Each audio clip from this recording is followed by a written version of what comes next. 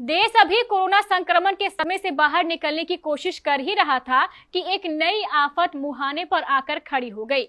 पूर्वोत्तर के रास्ते अब बिहार में एक ऐसी संक्रमित मक्खी पहुंच गई है जिसका जहर लोगों को अंधेपन का शिकार बना सकता है। इस नई समस्या के कारण प्रशासन के भी हाथ पैर फूलने लगे हैं। आखिर कहां से आई है यह जहरीली मक्खी, संक्रमण के लक्षण और इसके बचाव के क्या हैं उपाय, जानिए सभी बातों को विस्तार से।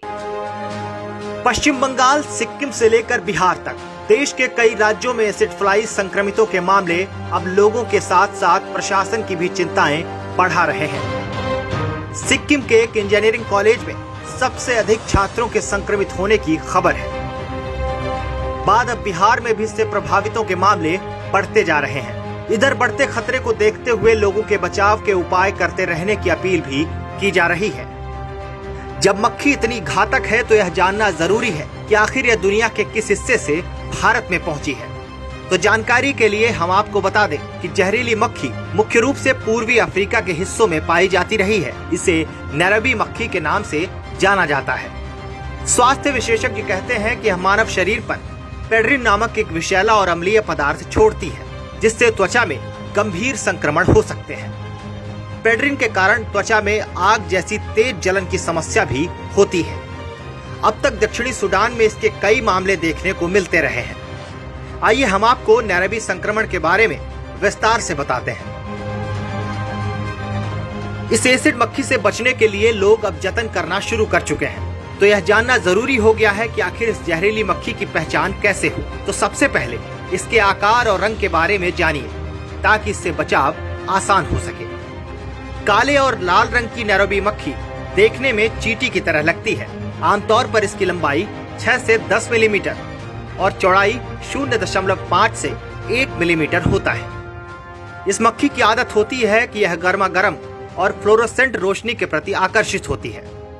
यह अनजाने में इंसानों के बीच पहुंचती है। यह एक एसिड कीड़ा है। सबसे पहले इस मक्खी ने उत्तर बंगाल यूनिवर्सिटी में आतंक फैलाना शुरू किया था। इस मक्खी की पहचान हो चुकी है तो अब यह जानना जरूरी है कि आखिर इसका जहर मानव के शरीर पर कैसे असर करता है।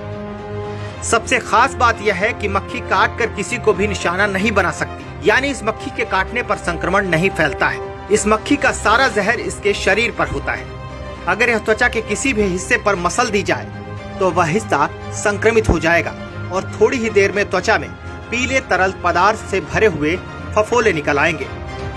यहाँ ध्यान रखने की बात यह है कि अगर मच्छी त्वचा पर बैठती है तो इसे किसी भी तरह से उड़ा देना ही बेहतर होगा, क्योंकि इसके अंदर का एसिड इतना खतरनाक होता है कि आंखों को मसलते वक्त अगर यह खतरनाक पेड्रिन आंखों तक पहुंच जाए तो कुछ ही देर में संक्रमित व्यक्ति अंधेपन का शिकार हो जाएगा। लोगों के लिए सलाह है कि शरीर पर बैठने या चिपकने पर अगर किसी को पता चलता है तो धीरे से इसे फूंक मारकर उड़ा देना चाहिए। अगर बॉडी पर नैरोबी फ्लाई दब जाए तो तत्काल उस जगह को ठंडे पानी से धो लेना चाहिए। चाहे तो ब्रश का इस्तेमाल करके एसिड फ्लाई को हटा देना ठीक रहेगा। संभव हो तो तत्काल त्वचा को साबुन से अच्छी तरह साफ कर लेना चाहिए। गलती से अगर नैरोबी का जहर त्वचा पर पड़ जाए तो इसके उपचार के क्या तरीके होंगे, यह जानना बेहद अहम है। विशेषज्ञों की माने तो नैरोबी फ्लाई के संक्रमण का उपचार बेहद सामान्य है। संक्रमितों को डॉक्टर एंटीबायोटिक और स्टेरॉयड का कॉम्बिनेशन देते हैं। सबसे जरूरी बात यह है कि संक्रमण वाली जगह को बार बार ठंडे पानी से धोना होता है ताकि इसका असर कम हो सके। संक्रमण के असर को कम करने के लिए ठंडे पानी का इस्तेमाल सबसे ज्यादा किया जाना चाहिए और इसी का सबसे अधिक रोल होता है। इधर संक्रमण के बुरे प्रभाव को देखते हुए प्रशासन लोगों से इसके बचाव की अपील कर रहा है। दार्जिलिंग के जिलाधिकारी ने लोगों से अपील करते हुए कहा है कि सभी लोग पूरी बाजू के शर्ट पहने, शाम को बाहर निकलने से बचें और मच्छरदानी का प्रयोग करें। संक्रमण होने पर लोगों को तुरंत इलाज के लिए जाने के सुझाव दिए गए हैं। दरअसल पूर्वोत्तर और बिहार में बढ़ते संक्रमण को देखते हुए प्रशासन भी पूरी तरह से सक्रिय हो चुका है। लोगों को बचाव की अपील के साथ साथ इन मक्खियों के आगे बढ़ने के रोकने के उपाय भी किए जा रहे हैं। प्रशासनिक अमले के द्वारा अस्पतालों में इलाज संबंधी तैयारियों को पुख्ता रखने का प्रयास जारी है और इसके लिए दिशा निर्देश दिए जा चुके हैं। Bureau report, KBC news.